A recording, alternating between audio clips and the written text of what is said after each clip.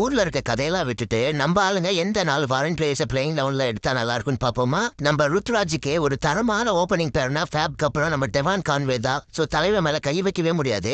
Next allrounder Jamie Overton. தலைவர் எப்படா வந்து சிஎஸ்கே ஜெர்சியை போடுவான்ற மாதிரி இருக்கு. தலைவர் பேட்டிங்ல என்ன சம்பவம் பண்ண போறானு பயங்கர எக்ஸைட்மெண்டா இருக்கு ப்ரோ. உங்கள மாதிரியே நூர் அகமது T10 லீக்ல பயங்கரமான சம்பவம் பண்ணிட்டு இருக்கான். அங்கேயே அப்படின்னா சேப்பாக் பிச்சர்ஸ்ல தலைவன் கையில பால கொடுத்தா ஐயோ வான்கேடே மாதிரியான கண்டிஷன்ல நூர் அகமதுக்கு பதிலா நேதன் எலிஸை ப்ளே பண்ண வைக்கலாம். பத்திரானாவும் நேதன் எலிஸும் சும்மா கும்மு கும்முன்னு ஏத்துவானுங்க. லாஸ்டா மத்திஷா பத்திரானா இவரை பத்தி நான் சொல்ல தெரியணும். எனக்கு இந்த 4 ஃபாரின் பிளேயர்ஸ் பிளேயிங் லெவல்ல இருந்தா நல்லா இருக்கும்னு தோணுது. உங்களோட 4 ஃபாரின் ஆப்ஷன் யாருன்றத கமெண்ட் பாக்ஸ்ல கமெண்ட் பண்ணுங்க. அப்புறம் நூர் அகமது இல்லனா தான் நான் நேதன் எலிஸ்ன்னு சொல்லியிருக்கேன். நம்ம ஆளுங்களை நினைச்சாதான் கொஞ்சம் பதற்றமாவே இருக்கு.